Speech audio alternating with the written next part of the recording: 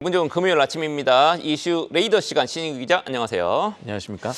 네, 오늘 네 가지 키워드 갖고 왔습니다. 오늘 장에 영향을 끼칠 만한 네 가지 주제. 첫 번째가 다양한 옵션 조금 애매하긴 한데 이게 이복형 금융감독 원장 발언인 것 같아요. 네. 어떤 발언을 내놨습니까? 제가 또 키워드도 애매하게 했는데 이번 금감원장 발언도 사실은 좀 애매한 부분들이 있었습니다. 그걸 조금 지적해야 될 것 같은데 일단 이번 발언 나온 배경 좀 살펴보겠습니다. 이복형 금감원장이 지난주에 미국에서 6월 중에 공매도 일부 재개할 수 있다라는 발언을 해서 저희가 또 소개를 드렸었고 이게 시장에 조금 영향을 끼쳤었습니다. 그런데 대통령실에서 지난 22일 불법 공매도 문제를 해소하고 투자자가 신뢰할 수 있는 시스템이 갖춰질 때까지 공매도는 재개하지 않는다라는 입장으로 선을 그었습니다. 이거를 보면은 정책 혼선이 빚어지고 있는 거 아니냐? 약간 불협화음처럼 비춰졌죠. 라는 우려가 또 생겼는데 이거에 대해서 이복현 금감원장이 언론 인터뷰를 통해서 KBS를 통해서 진화에 나선 모습이고요. 발언 살펴보면요.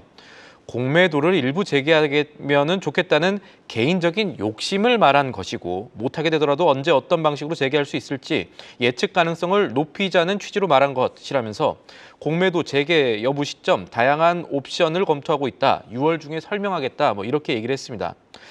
그런데 이번 언론 인터뷰에서도요. 공매도 제도 개선 어떻게 되고 있는지, 법 개정 어떻게 되어가고 있는지, 그리고 사람들이 궁금해하고 있는 전산화 얼마나 되고 있는지 이런 얘기는 사실 빠져 있었습니다. 이거를 미루어 보면은 이 부분 잘 안 되고 있고 잡음이 있다라고 시장에선 볼 수가 있겠죠. 또 그리고 금감원장께서 공매도 제도 개선 관련해서 다양한 같은 이제 해석의 여지가 있는 단어를 자꾸 설명에 붙이게 되면요. 시장의 혼선이 쉽게 사라지기 어렵다는 점은 당국자들도 조금은 더 신경을 쓰고 유념을 해야 될 부분이 아닌가 싶습니다. 시장에서는 불확실성 제거가 가장 중요하니까요. 이복현 원장은 사실 이제 공매도에 대해서는 재개를 하고 싶어 하는 것 같아요. 하지만 가장 중요한 건 대통령의 의중이고 청와대의 생각입니다. 지금 용산이죠. 용산에서는 공매도 재개 없다. 이렇게 선을 그었다라는 거 다시 한번 상기를 할 필요가 있을 것 같습니다. 금투세 굉장히 화제인데 금투세에 대한 발언도 나왔다면서요. 네, 금투세는 이 폐지 청원도 계속해서 올라오고 있고 국내 증시에 힘을 떨어뜨릴 수 있는 그런 우려 때문에 투자자들의 반대가 사실은 지금 심한 상황인데 그렇죠. 내년부터 일단 시행이 되죠. 5천만 원 넘는 차익이 생기면 20% 넘는 이제 세금을 물게 됩니다. 일단. 지금 체질을 고려할 때 국내 증시에 금투세를 도입해야 되느냐라는 점에 좀 부정적이라는 거는 이복형 금감원장도 이 생각을 같이 하고 있는 것으로 보입니다.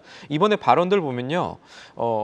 특히 1,400만 명으로 지금 늘어난 증시 투자자 가운데 젊은 투자자, MZ세대라는 투자자 얘기를 했거든요. MZ세대라고 아예 워딩을 했었었는데 어떤 얘기를 했냐면 사회에 진출해서 부를 형성해야 되는 MZ세대 입장에서도 과거처럼 부동산 접근 가능성이 쉽지 않은 상황에서 이 자본시장을 통한 부의 축적을 젊은 사람들이 해야 되는데 이 MZ세대가 140만 명에서 투자자들이 430만 명으로 최근에 늘어난 걸로 관측했다. 젊은 층이 그렇게 많이 주식 투자를 합니까? 저희도 조금 더 젊어질 필요가 있는 것 같은데 네. 네. 그렇게 이제 많이 늘어난 MZ세대 투자자들을 봤을 때는 이 금투세가 좋은 거냐, 부의 자산 형성의 재형에 좋은 거냐라는 의문을 갖고 있다면서 또 높은 금융소득을 갖고 있는 사람들이 자신의 자산 운용을 그대로 유지하는 데 세금을 낼지 아니면 그 돈 빼서 다른 데로 갈지에 대한 고민이 필요하다라는 의견 역시도 피력을 했습니다. 네, 그러니까 그 돈을 자산가들이 지금 이 금투세가 무서워서 돈을 빼서 다른 쪽으로 돈을 옮길 수 있는 만큼 그러면 증시에 부정적이니까 금투세는 폐지해야 된다라는 소신을 밝힌 것으로 이렇게 이제 해석이 될 수 있습니다. 하지만 이 금투세 폐지 요거는 이제 국회에서 결정을 해야 되기 때문에 지금 사실 난관이 많이 있죠. 네. 자, 두 번째 이슈 보겠습니다. 이더리움 현물 ETF 된다 안 된다 말이 많았고 막판에는 될 것 같은 분위기가 형성되긴 했습니다만 결국 됐죠. 됐습니다. 미국 현지 시간 오후 5시, 우리 시간 오전 6시 조금 넘어가지고 미국 증권거래위원회 SEC의 파일이 하나 올라왔습니다. 어떤 파일 올라왔는지 살펴봤는데 결론부터 말씀드리겠습니다. SEC가 그동안의 입장을 바꿔서 뉴욕 증권거래소 아르카와 나스닥, CBOE 등 미국의 주요 거래소에서 이더리움 현물 ETF 상장할 수 있도록 승인을 했습니다. 네, 지금 가격이 막 뛰고 있나요? 사실은 이 시장에서는 아까 말씀하신 대로 승인 가능성이 높다고 본 이벤트이긴 했습니다. 대선을 앞두고 미국에서도 이 상당히 많은 코인 투자자들의 표심을 잡아야 된다는 백악관의 입장 전환이 사실은 지난달부터 있었고요. 앞서 미국 법원에서 암호화폐 현물 ETF 승인을 SEC가 막는 것은 법리적으로 부적절하다는 법원의 판단이 또 있었기 때문입니다. 비트코인 ETF가 이 논리로 승인이 먼저 되기도 했었죠.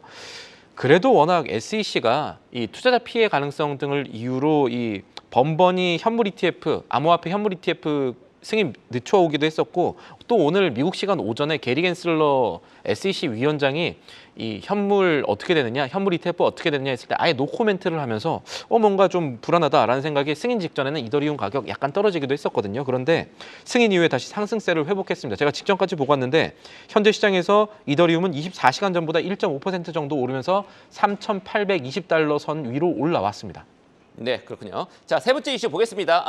저 차트에 나오는 거 보니까 비트코인은 떨어지네요. 네. 이더리움은 살짝 오르고. 24시간 전보다는 떨어지는데 1시간 기준으로 다시 오르고 있습니다. 아, 그렇군요. 네. 자, 세 번째 이슈 보겠습니다. SKC 계열사 앱솔릭스라고. SKC는 이제 화학업체입니다만 2차전지 뭐 소재도 하고 있죠. 이 앱솔릭스가 미국에서 보조금을 받는다. 이 소식이 전해졌다면서요. 맞습니다. 이게 세계 소부장 기업, 소재 부품 장비 기업 가는 게 또 첫 사례라고 합니다. 미국이 지금 계속해서 반도체 지원법을 통해 가지고 뭐 삼성전자도 그렇고 미국의 마이크론도 그렇고 보조금 지원하고 있죠.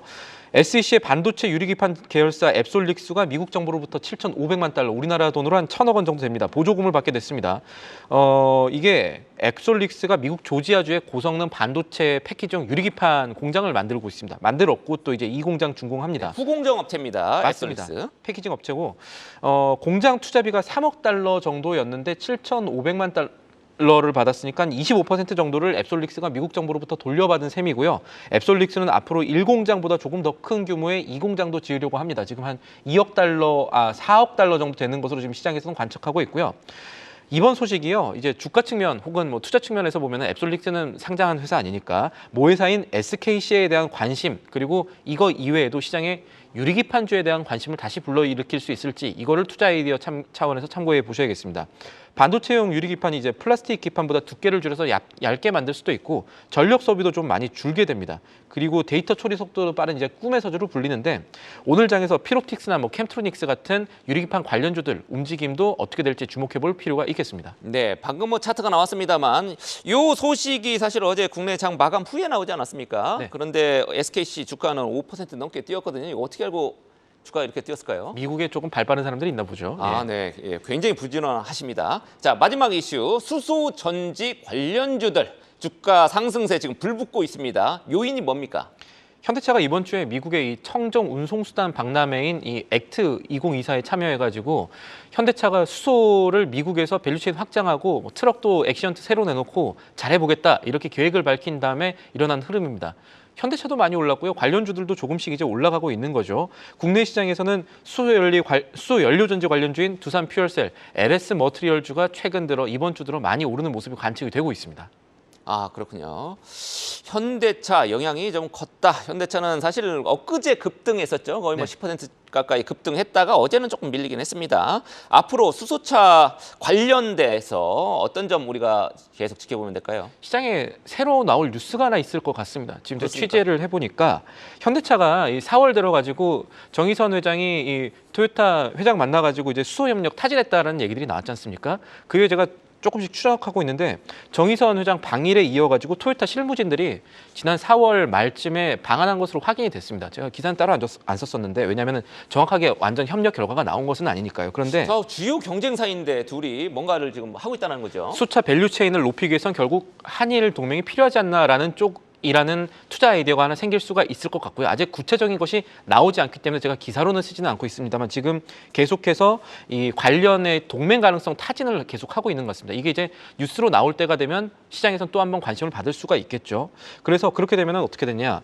현대차뿐만 아니라 이제 수소 관련 부품주들에 대한 움직임 그리고 이번에 일어났던 패턴들이 다시 한번 일어날 가능성 주식에 봐야 될 것 같고요.